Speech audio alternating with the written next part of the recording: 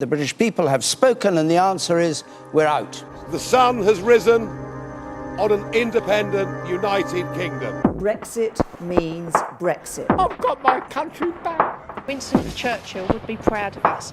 There's hundreds of billions of dollars, thousands of laws that need to get sorted out.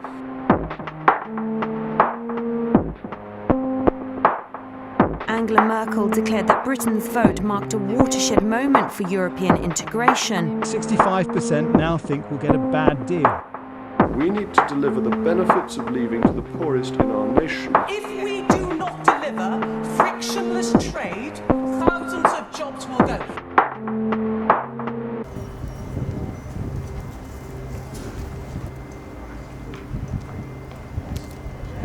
Mansfield is a town that had a very important coal mining sector, so it has a rich coal mining history. It was kind of a proud and very productive centre for mining in Nottinghamshire. It also had other industries, such as textiles, that kind of suffered from a very difficult transition period of restructuring towards more modern type of economic activities. Mansfield as a town, like many other towns in Britain, has been overlooked to an extent. It's lost a huge amount of its native industry. It was a big mining town. Obviously the mines have all closed now, which caused a huge amount of poverty for a long time. This last election was the first time it's ever voted Conservative. There's a lot of emotive political history there around obviously the mining industry back before I was born. But it's a changing place, so quite high levels of deprivation in parts of it. Lots of new houses springing up, very changeable demographic. Like a lot of market towns across the country, focused around a town centre that's struggling. The town hasn't really been served well with infrastructure either. The road networks are very, very difficult. It's quite difficult to get in and out on a train. There's just a sense of poverty, a sense of isolation really to the town. In many ways it's a town that's been left behind. It doesn't have the kind of things that you would expect a town of its size and of its location to have. It has a few business success stories. In some ways it has been successful, so you see in the town centre, you see clear signs of regeneration. You see that the local authorities have really worked to convert some parts of the town that kind of refer to the town's industrial past into something that is very nice for the modern eye, but also refers to the town's history. On the other hand, I would say that generally the unfettered free market has also produced some negative side effects. The economic model of large companies purchasing very cheap areas of land and kind of outsourcing here activities that require cheap land and cheap labor has been quite prevalent.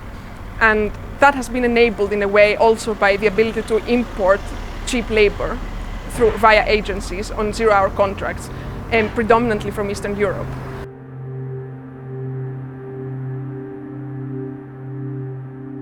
It seems that people voted to leave mainly because of immigration. It seems that the debate about Eastern European immigration, which is quite a recent phenomenon in the town, was very dominant during the Leave vote. Immigration came quite late to the town. It didn't have the same influx of ethnic minorities as Nottingham, for example. 5 or 6 years ago, the Sports Direct head office opened just over the border in Derbyshire, in Shirebrook, and that brought in a significant number of immigrant workers from largely Eastern Europe, in particular Poland. It created a kind of delayed reaction of these foreigners coming here, a kind of mild simmering racism to an extent. I think, however, that this is a more complicated issue than it is often made out to be. For the first time, I think I started understanding a bit what it means to feel that you are losing control, a lack of a sense of place. And I think the very rich way in which this relates to the structure of the local economy and is not a purely cultural issue, but also has clear economic underpinnings, has been a definitive kind of outcome. It's true that when you inject in an isolated, rather homogeneous community a large number of migrants, that produces some tensions that are related to identity as well. But I think the issue goes deeper than that. So I think what the migrants are the most visible symptom of the dominance of this type of economic model that I was talking about. And I think that's an issue. I think this produces, it certainly produces jobs, but at the same time it also produces a sense of a loss of control, a sense that the jobs are created for people outside and that the goods are also created for people outside. And in a sense there's nothing distinctly local about, this kind of economic activity.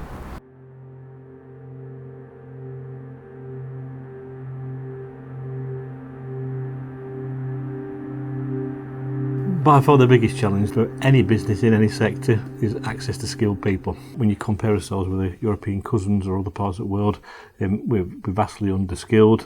The issue is acute now, but it's masked by the fact that we've got a lot of overseas people with high skills levels.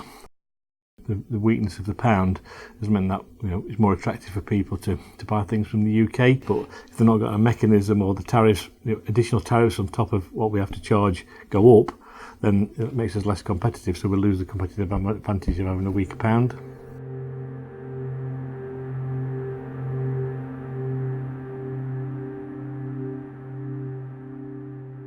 LEADER is a European-funded grant scheme for small businesses. I report to a board, and it's a board made up of local people and local stakeholders, and they make the final decision on whether a project is funded or not. You can see the benefit that LEADER's had in the area on the old project and on the new.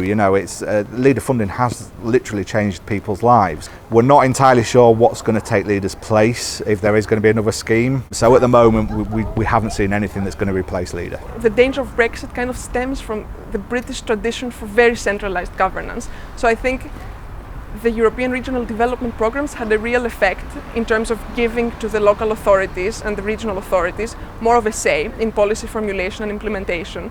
And I think there is a real danger that this might be lost after Brexit, which is not something that has to happen by any means. At the end of the day, the UK is a net contributor to the EU, and they could very well replace those programs and not change them in any way. There's just a real danger that this won't happen. There is obviously investment from European structural funds and all of that goes into various parts and different things around that part of the country. But government's made a commitment to matching that. We've still got to decide what that looks like and exactly what the priorities will be. But I'd like to think, and I certainly have an opportunity as the MP to press government and make those kind of former coalfield communities a big priority for that funding. So I hope there'll be some continuity there.